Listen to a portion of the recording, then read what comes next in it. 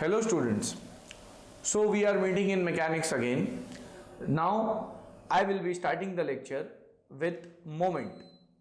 Okay, what is a moment?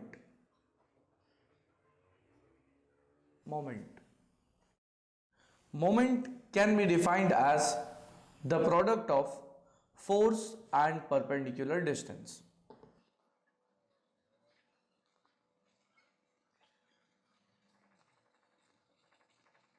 Moment, here I have written the definition. It can be defined as the product of force and perpendicular distance. Now let me explain to you moment with a diagram. Here I have drawn a diagram in which we have a lever, or you can say a bar, fixed at one end. I can say that it is fixed at A. Next, it is free at the other end B. Next, if I am applying load, or you can say load is denoted by letter F, that is the load, or you can say force. So if a force is applied at the end of a lever whose length is x, because of this force, if I see point A, then there will be a moment acting on point A. Now, what is the meaning of this moment? The force, I can say that it is perpendicular to the lever or perpendicular to the rod. If I take moment at point A, that is taking moment at point A, therefore moment at A is equal to, since it is the product of force and perpendicular distance, here force is F multiplied by its perpendicular distance is x. So it means moment will be produced at point A because of force at point B. I hope you all are getting this concept. The effect is point A is fixed. Because of this moment, there would be a rotation in the clockwise direction.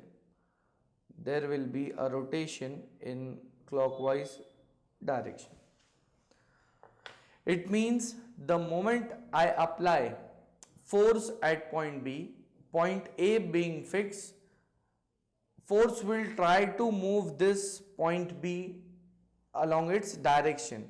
That is, this rod or lever will try to move in the direction of the force. In this case, it will be moving in the clockwise direction.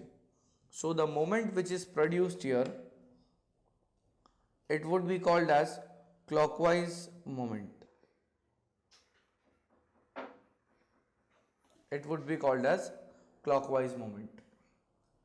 So, in short, whenever we talk about moment means rotation.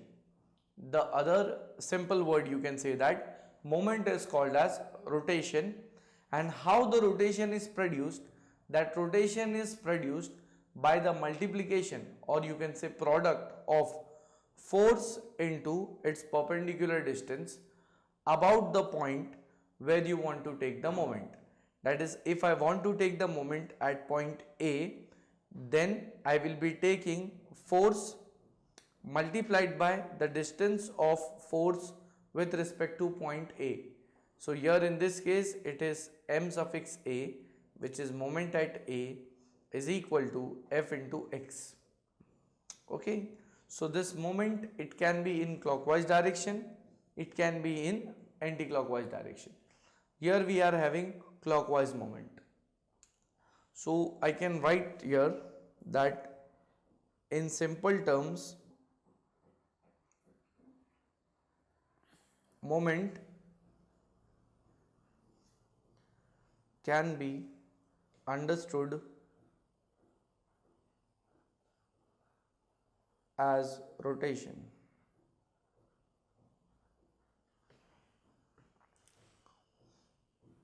The unit of moment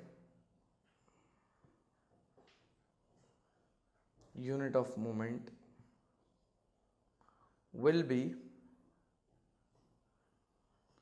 Newton mm, Newton meter, Newton centimeter, etc. Since moment is the product of force and perpendicular distance, force, the unit is Newton, or you can say kilonewton. Distance can be taken in mm, centimeter or meter. So the unit of moment becomes Newton into mm, Newton into centimeter, or you can say Newton into meter. Is that okay? So I hope you all are getting the concept of moment, because in this lecture we will be solving problems related to moments of a force. Now after this, let me explain to you what is meant by Varignons Theorem of Moments. Varignons Theorem of Moments, it states that the sum of moments of all the forces, if we consider more than one force, the sum of moments of all the forces will be equal to the moment produced by the resultant of forces. Here I have written Varignons Theorem of Moments. It states that the sum of moments of all the forces will be equal to the moment produced by the resultant of forces. It means, if I can write it mathematically, sum means summation of moments of all the forces about one single point. I can assume that point to be A. That is, if I take the moments of all the forces about point A, add all the forces, I will be getting summation of moments about point A.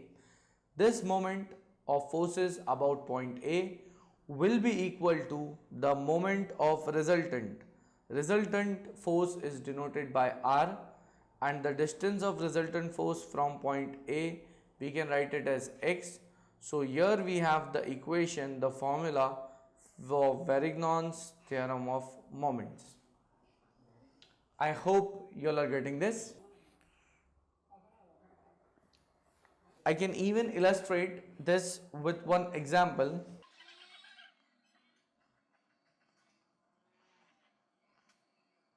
I am explaining it to you what is the meaning of Varignons Theorem of Moments. Here I have 1, 2 and 3. 3 forces, 2 kilonewton, 3 kilonewton and 4 kilonewton. First of all, we need to calculate the resultant for these forces. Resultant will be, since you have all vertical forces, there are no horizontal forces. So resultant will be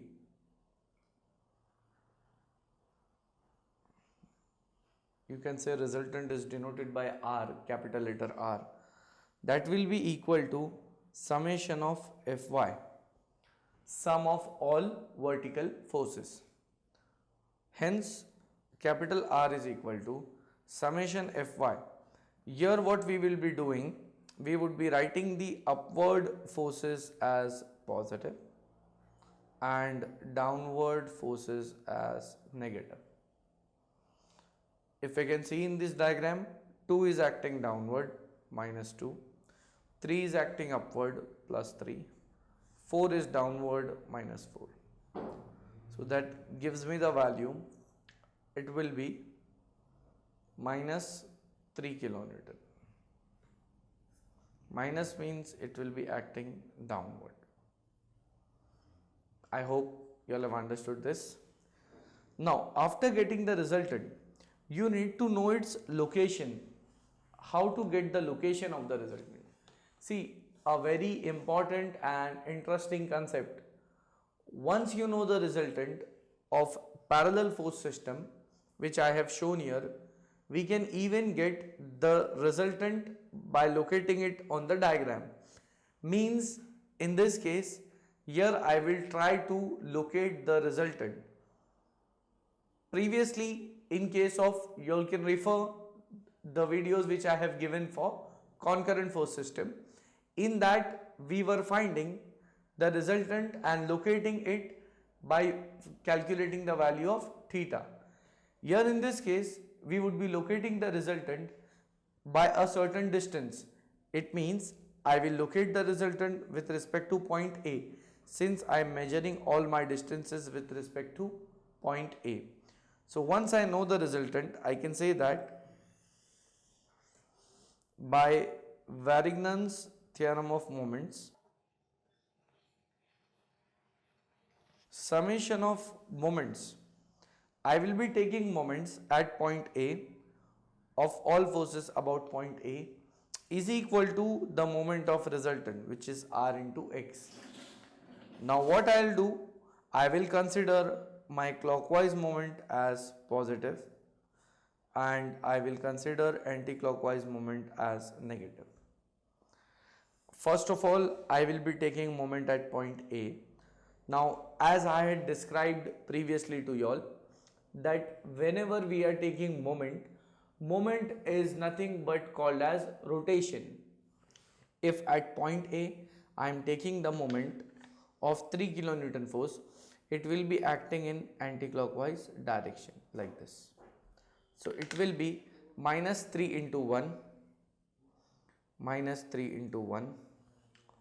Next, 4 kilonewton force will be acting in the clockwise direction at point A and its value will be plus 4 into 2, plus 4 into 2. Now one more interesting concept here, that if I am taking moment at point A we have another load of 2 kilonewton. Since this 2 kilonewton force is passing through point A, it means its perpendicular distance is 0. Since it is passing through point A, there is no perpendicular distance between point A and 2 kilonewton force. Hence, moment produced by 2 kilonewton force, that would be 0 because the distance is 0. So here I won't be writing the moment of point A, or you can say 2 kilonewton force. So I have just minus 3 into 1, which is the moment of 3 kilonewton force, and plus 4 into 2, which is the moment of 4 kilonewton force, and that I'll keep it equal to my resultant. My resultant was minus 3. Minus means resultant will be acting downward. It will be acting downward, and when I take the moment at A, it will be clockwise moment. So I will write it down as 3 into X. I hope you all are getting this. So once I calculate this, I will be getting this as minus 3 plus 8, which gives me a value of 5. So my X value will be equal to 5 by 3 meters. I hope you all are understanding this.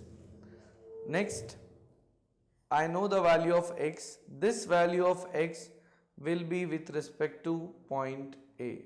It will be with respect to point A. Here I have 1 meter. Here also I have 1 meter. Next, 5 by 3. 5 by 3. The value will be less than 2.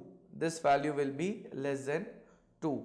So it means resultant will be somewhere in between 3 and 4 kilonewton force. And here I can mark the resultant.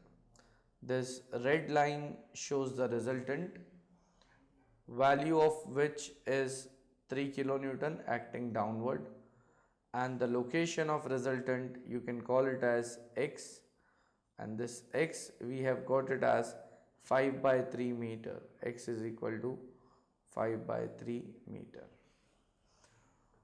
So here in this parallel force system of non-concurrent forces, we have located the resultant. Resultant is acting at a distance of 5 by 3 meter from point A, and it is in the downward direction having a value of 3 kilonewton. So this explains the application of Varignons theorem. Varignons theorem can be used to find out the location of resultant for coplanar non-concurrent force system. It means if we have coplanar non-concurrent force system, in that case we can find the location of resultant by using Varignons theorem of moments, and I had illustrated this with a small example to you all. Now we would be solving some problems related to these concepts of moments and Varignons theorem of moments.